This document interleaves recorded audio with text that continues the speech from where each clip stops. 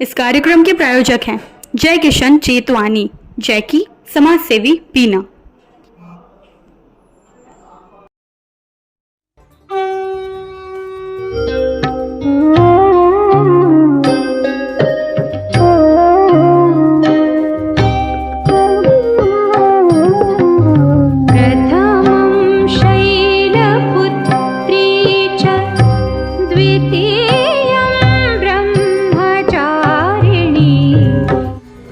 हम जानना चाहेंगे कि जो दूसरा दिन है आज माँ ब्रह्मचारिणी देवी, तो माँ ब्रह्मचारिणी की उपासना हमें किस तरीके से करना चाहिए और फिर हमें क्या फल प्रदान करना। ओम यम यम चिंतयते कामं तम तम प्राप्नोति निश्चितम। जब जब इच्छा हो आपके जीवन में समृद्धि की, भौतिक लाभों की, संपत्ति संपदा प्राप्त करने की, और इस समय जो है उपासना है ब्रह्मचारिणी। द्वितीय दिवस की देवी को ब्रह्मचारिणी देवी कहा गया है। ब्रह्मचारिणी देवी का मतलब है हमारे जीवन में तेज, ब्रह्मचर्य। ये ब्रह्मचर्य की देवी कहा कही जाती है, और हमारे जीवन में जो है चरित्र और स्वाभाविक यह जीवन में पारदर्शिता लाती है। इनकी साधना करने से पारदर्शिता आती है हमारे जीवन में, निखार आता है जीवन में। यम यम चिंतयते कामं तम तम प्राप्नोति निश्चितम। जब जब जीवन में हमारी इच्छा हो भौतिक सुख पाने की, आध्यात्मिक ऊर्जा पाने की, इस समय में ब्रह्मचारिणी की साधना करनी चाहिए। ब्रह्मचारिणी देवी तेज देने वाली, ओजस्वता प्रदान करने वाली, जीवन में अनेक सुख समृद्धि देने वाली देवी कही जाती है। द्वितीय दिन प्रातः काल स्नान से निवृत्त होकर के पूर्व दिशा में बैठ करके माँ भगवती का सफेद वस्त्र धारण करके पूजन करना चाहिए। माँ का पूजन सर्वप्रथम घट के पास बैठ करके पवित्रीकरण, ओम अपवित्राः पवित्रो वा सर्वावस्थांगतो विवाह यस्मरेत् पुंडरीकाक्षं सवाह्यभ्यन्तरः शुचिः।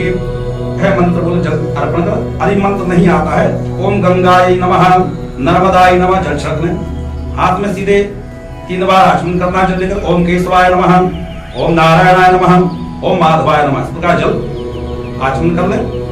थोड़ा जल लेकर के पृथ्वी के चारों ओर अपने आसन की नीचे छोड़ दे। प्राणायाम करें। नासिका के जो है दाहिने छद्म से श्वास को खींचे, अपना गुरु मंत्र का जाप करें। इसके बाद में कुछ श्वास को आप रोके रहें, गुरु मंत्र का जाप करें। फिर बाएं नासिका के छद्म से छोड़ दें। फिर बाएं नासिका से श्वास लें, श्वास को रोकें, दाहिने से छोड़ दें और दाहिने से लें, फिर बाएं से छोड़ें। इस प्रकार का 3 प्रकार का पूरक, कुंभक, रेचक है प्राणायाम होता है। इससे जो है आपकी इंद्रियां जो है स्थिर होती है, आपका मन स्थिर होता है, चंचलता दूर हो जाती है।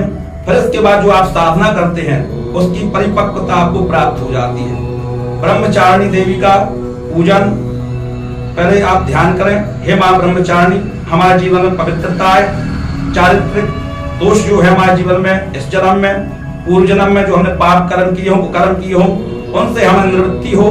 क्योंकि जो हमको कर्म करते हैं जन्म में करते हैं तो हम प्रारब्ध से उस दूसरे जन्म में प्राप्त होता है। जो हमें यदि इस समय में वर्तमान समय में यदि कोई कष्ट प्राप्त हो रहा है और हम पूजन पाठ साधना करते हैं, कहते हैं पंडित जी हम तो कई घंटा जाप करते हैं, बहुत दान देते हैं, बड़ी बड़ी तीर्थ यात्रा करते हैं, फल प्राप्त नहीं होता है, उसका यही कारण होता है कि प्रारब्ध के पाप हमें इस जन्म में भोगने ही पड़ते हैं। इसी कारण प्रारब्ध का जो है मुक्ति पाने का ही साधना है ब्रह्मचारिणी की साधना।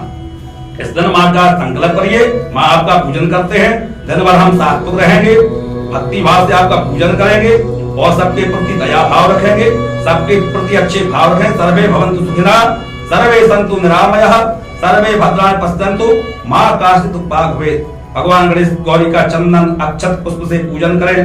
भगवान वरुण देवता का कलश का पूजन कर दें। ओम गंगा देव्यै नमः, नर्मदा देव्यै नमः, ओम षोडश मातृका देव्यै नमः। इस प्रकार चंदन चावल छोड़ दें। सप्तशतमातृका देव्यै नमः, गंधाक्ष पुष्पाणि समर्पयामि। ऐसा बोले। 64 योगिनी का बहुत महत्व होता है। ये माँ पार्वती की 64 कलाएं हैं। इस कलाओं का पूजन के बिना यदि कोई कार्य किया जाता है वह यज्ञ निष्फल होता है। माँ 64 योगिनी नमः, यह बोल नहीं पाते संस्कृत भाषा तो माँ 64 योगिनी देव्यै नमः बोल दीजिए। चंदन चावल फूल आप दुर्गा जी की प्रतिमा पे ही छोड़ दीजिए, या कोई कलश है बगल में घट स्थापित किया उस पर छोड़ दें। इस प्रकार की भावना करें। देवता भाव से प्रसन्न होते हैं, चंदन चावल छोटे से मात्र प्रसन्न हो जाते हैं। भाव से प्रिय है भक्ति, भक्ति भाव से आती है। तो 64 योगिनी का पूजन कर दें। इसके बाद में जो घट है, घट में द्वितीय दिवस की मां ब्रह्मचारिणी देव्यै नमः स्नानं समर्पयामि। ब्रह्मचारिणी देव्यै नमः।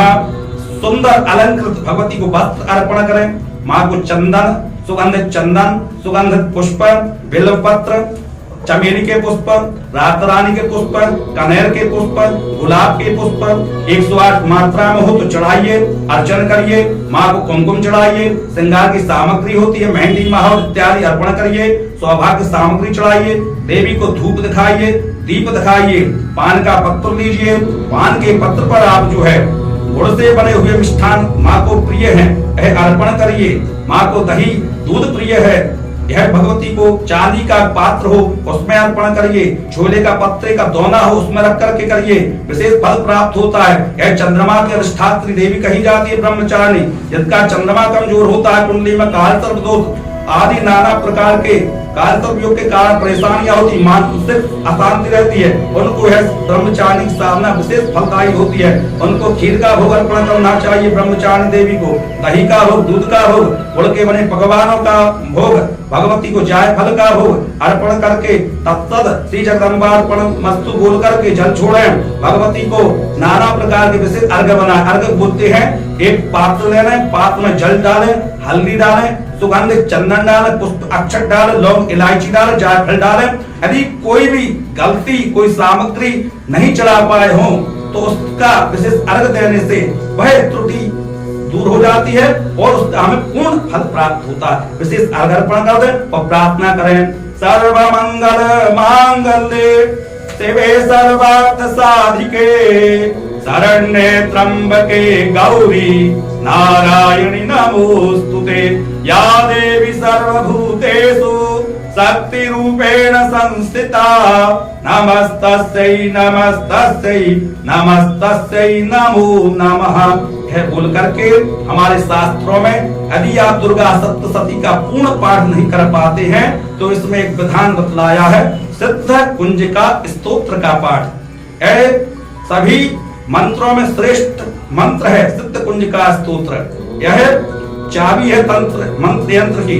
इसका पाठ करने के पश्चात कोई भी अनुष्ठान सार्थक, सफल और सिद्ध होता है। मात्र आप यदि शुद्ध कुंजिका स्तोत्र का पूर्ण पाठ कर लेते हैं तो आपको संपूर्ण दुर्गा सप्तशती और संपूर्ण मंत्र जप का फल प्राप्त हो जाता है। मां ब्रह्मचारिणी सबके जीवन में सुख, शांति, समृद्धि, वैभव, यश, हर्ष और उल्लास प्रदान करें।